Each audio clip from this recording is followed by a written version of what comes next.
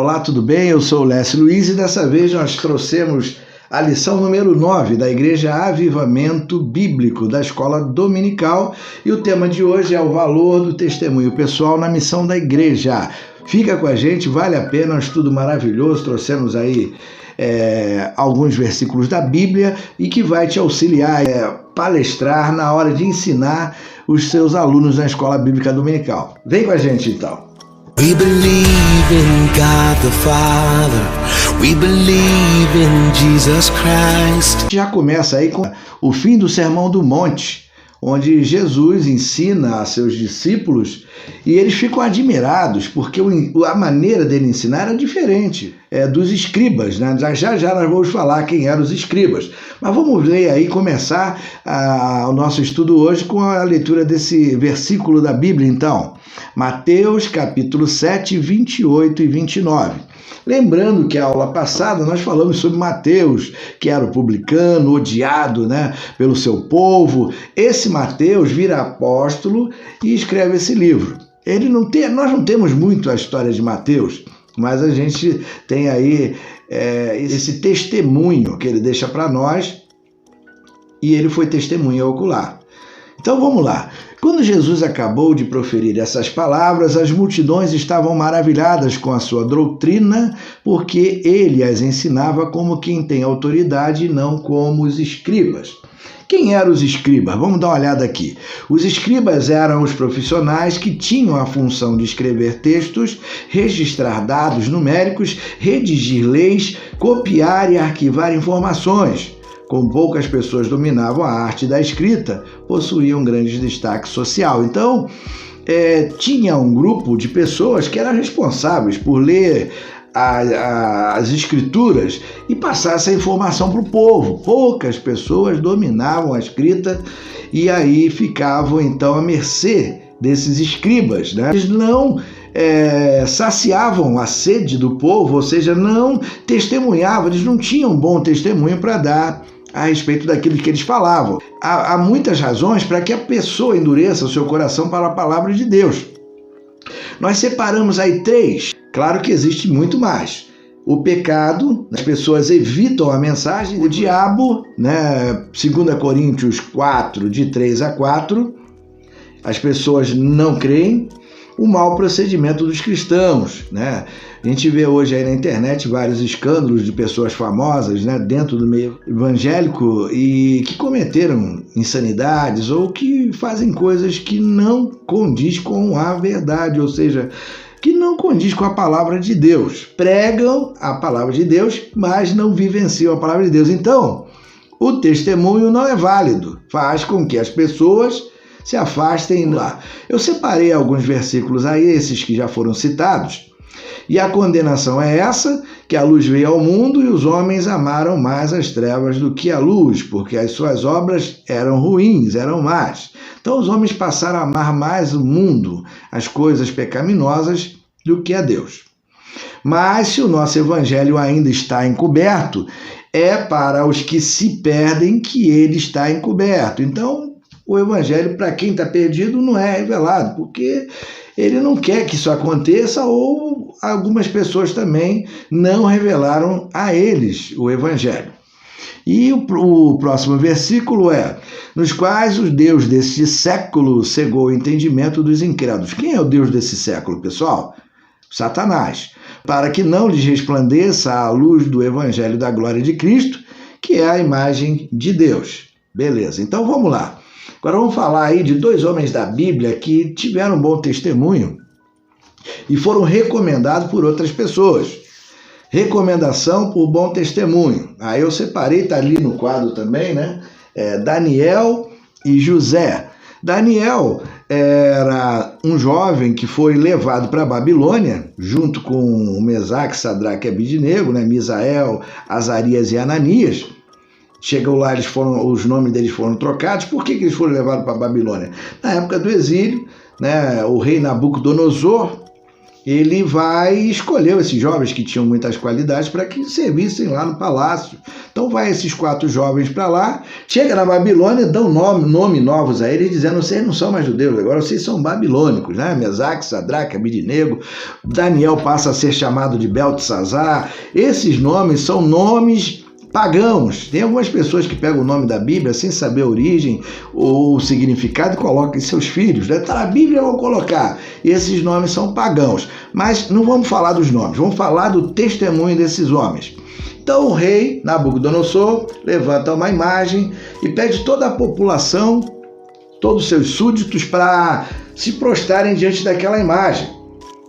E quem não se prostrasse diante daquela imagem seria atirado lá na fornalha. E então chega lá, tocar a trombeta, e aquela multidão reverenciando ali a imagem, né, que foi colocada pelo rei para que todos adorassem. E aí Mesaque, Misael, Azarias e Ananias não se dobraram. Agora vocês imaginem, né, todas dobradas diante da imagem, e 3 jovens em pé lá no meio daquele grupo, lá daquela multidão, né? E aí não tinha nem como que a lei fosse cumprida. Então eles pegaram Misael, Azarias e Ananias e jogaram na fornalha ardente, né? Diz que a fornalha estava tão quente que aquelas pessoas, os carrascos lá, levaram eles e atiraram eles na fornalha e morreram por causa do calor que era intenso. E aí o rei ainda presencia um 4º homem dentro daquela fornalha, que era o próprio Cristo, né? Naquela época já havia aí a manifestação do Cristo dentro daquela fornalha. Eles saem da fornalha e o rei aí presencia esse milagre aí. Nenhum cabelo do seu corpo, não tinha cheiro de fumaça, não tinha nada. Então esse aí foi um testemunho magnífico. Mas na mesma Babilônia também tinha esse outro jovem chamado de Daniel. E Daniel, como orava 3 vezes por dia, muita notoriedade, né? E aqueles outros que serviam ao rei também estavam com inveja dele e falaram: vamos derrubar esse cara.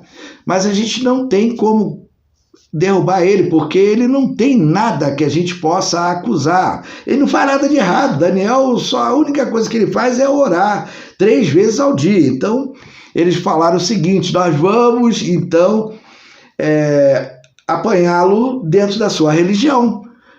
Vamos dar a ideia lá para que ele faça uma imagem, né? Novamente a história da imagem. Vamos fazer a imagem do rei, das honras, né? Poxa, vamos fazer a imagem minha para que todos adorem. E aí, como é que a gente agora vai fazer para pegar Daniel? A gente vai fazer um decreto para todo mundo se ajoelhar na hora que a corneta tocar diante da imagem. A gente sabe que Daniel não vai se ajoelhar, e aí a gente atira ele lá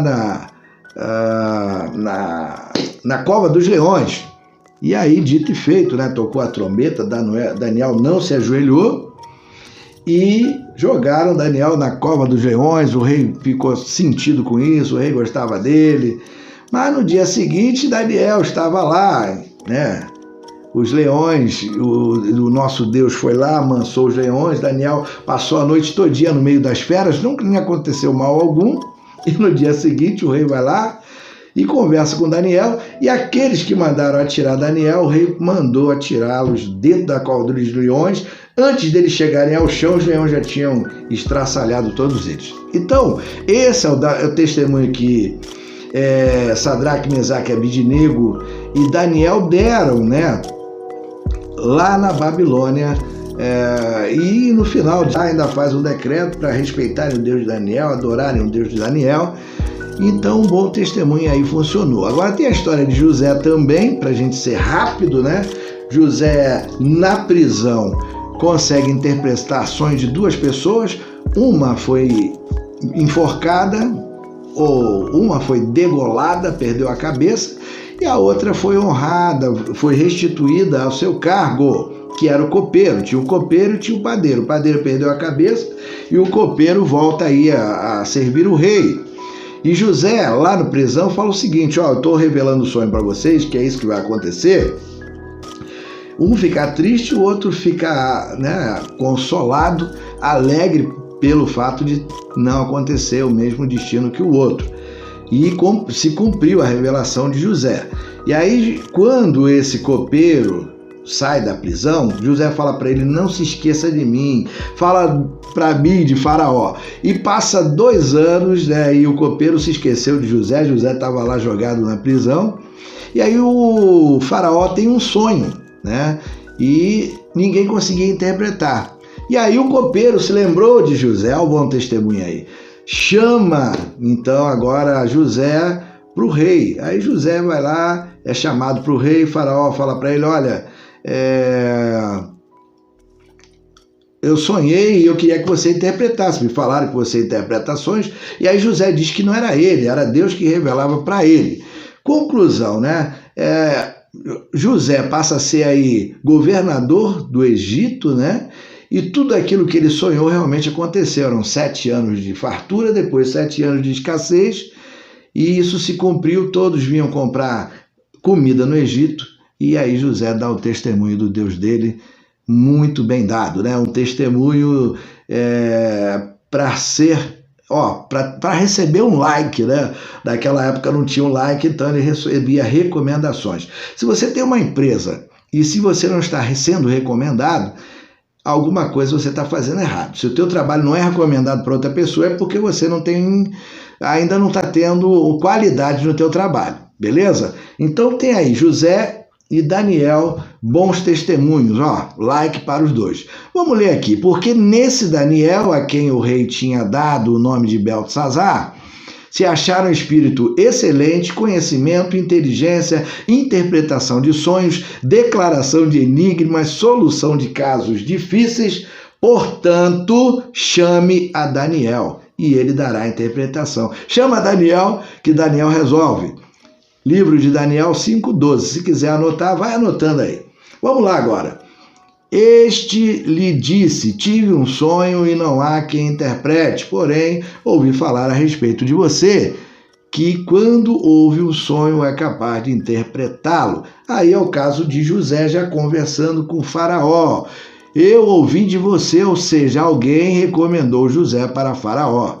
Você está sendo recomendado, o teu testemunho tem sido bom, alguém chega para você e fala: olha, fulano de tal mandou falar com você porque ele sabe que você é um crente, que você ora, que você pode me ajudar. Se isso não está acontecendo, o testemunho ainda não está bom. Então vamos lá.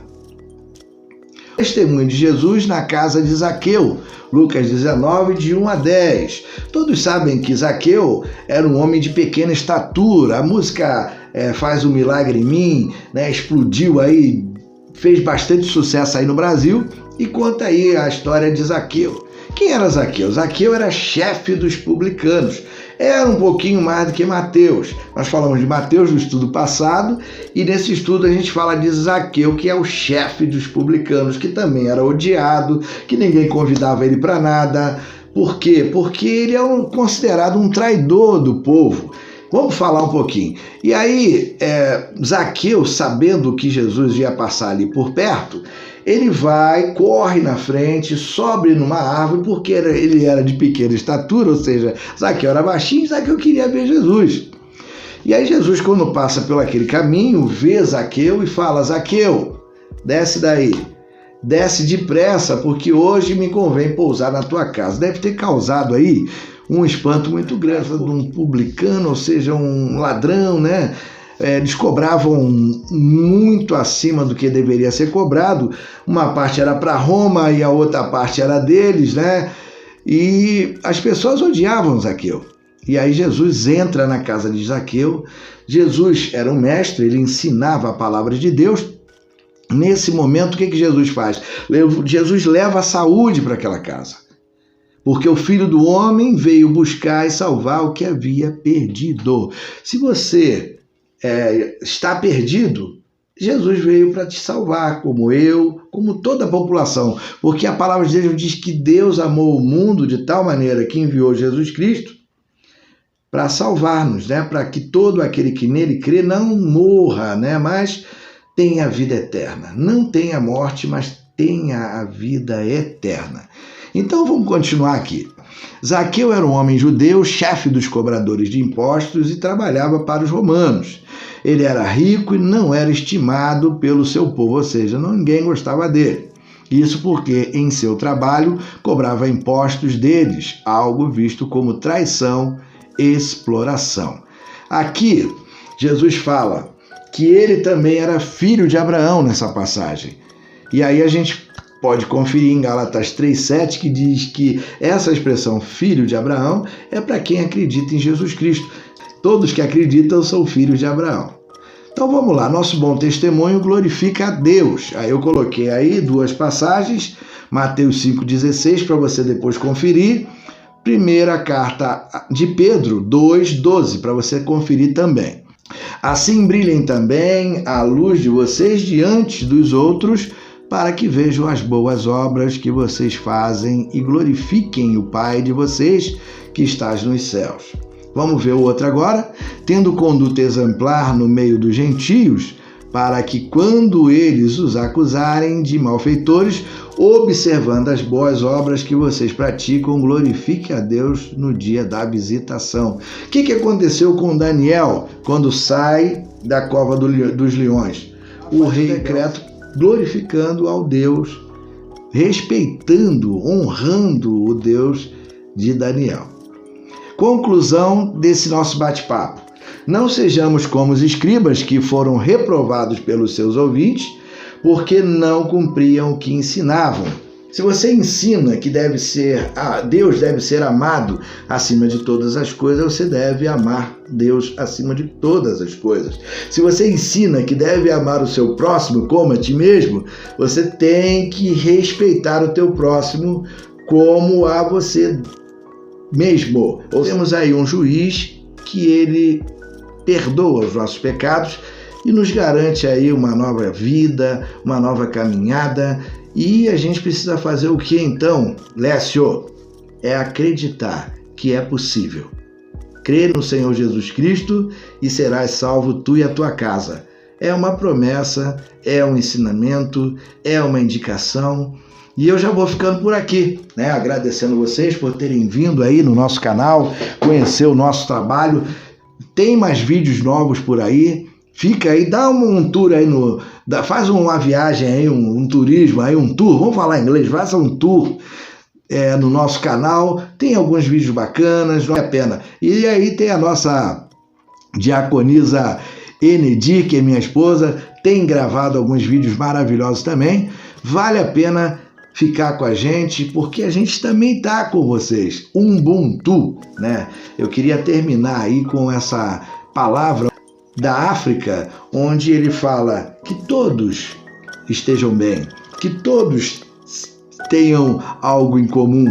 Esse é assunto para o próximo vídeo, que nós vamos falar de Atos 2 no próximo vídeo. Fica com a gente, nós vamos falar da igreja primitiva. Mas, para terminar, nós vamos fechando aí. Nós já vamos dando tchau para você. Que o Senhor te abençoe, te guarde e faça resplandecer o seu rosto sobre ti. E que a paz de Deus venha sobre a tua casa, sobre a sua família.